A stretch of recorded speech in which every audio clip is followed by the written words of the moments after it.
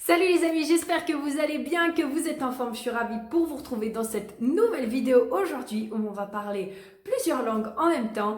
Donc j'espère que vous êtes prêts. Avant qu'on démarre la vidéo, pensez bien sûr à vous inscrire si vous n'avez encore pas reçu votre e-book gratuit sur les 5 erreurs qui font que actuellement vous n'arrivez pas à parler une autre langue. Le lien est dans la description et bien sûr pensez à vous abonner. Ça c'est la base, c'est gratuit et en plus ça me fait plaisir. Donc ça c'est le plus important. Non, je rigole. On va partir tout de suite. C'est parti. Donc, du coup, bien sûr, je ne me suis pas présentée. Donc, moi, c'est Prudence. Je suis la créatrice, en fait, de la formation Les langues à ta façon. Je suis une passionnée de langues depuis maintenant 9 ans. Et j'ai appris, en gros, une dizaine de langues. 5 que je parle couramment.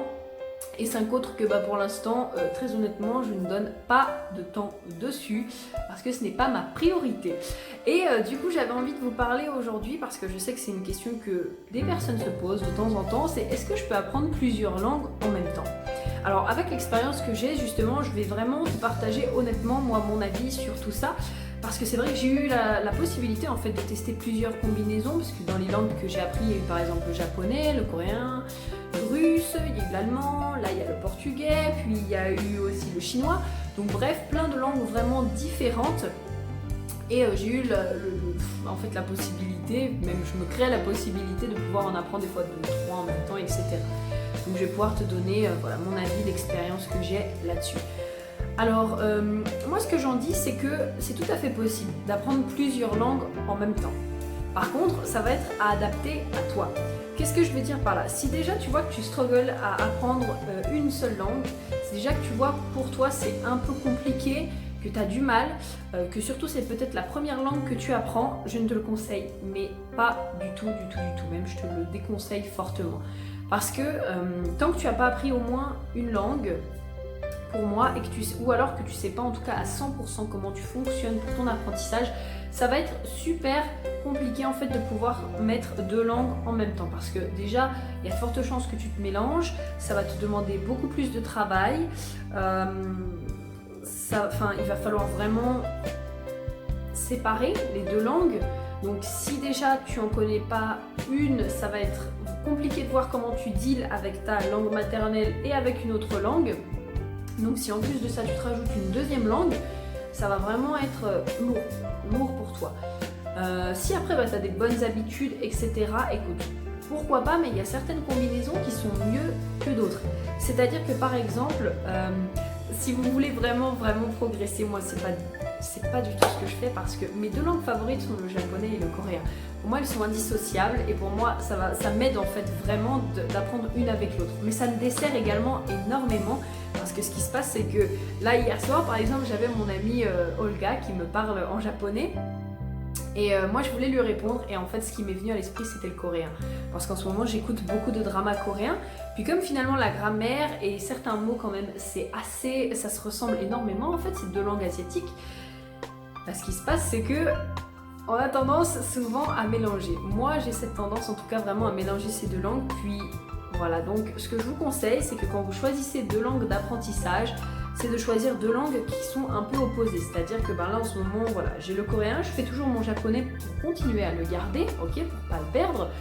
Mais par contre, en ce moment, je bosse aussi le portugais. Alors comme le portugais et le coréen, ça se ressemble pas du tout, en fait c'est beaucoup plus simple pour progresser, pour sentir la progression, pour éviter de se mélanger.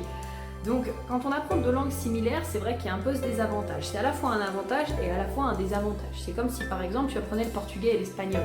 Ça te sert, mais ça te dessert en même temps parce que ça se ressemble tellement. Je sais que maintenant, l'espagnol, je le comprends grâce au portugais parce que ça se ressemble énormément. Il y a des choses qui sont différentes, mais ça se ressemble tellement que c'est vite fait de les confondre. Tu vois ce que je veux dire? Donc, si tu as créé ton habitude, que tu sais qu'apprendre une langue pour toi c'est une passion, que tu t'en sors parfaitement bien, que tu as appris déjà une première langue et tu s'en sors bien.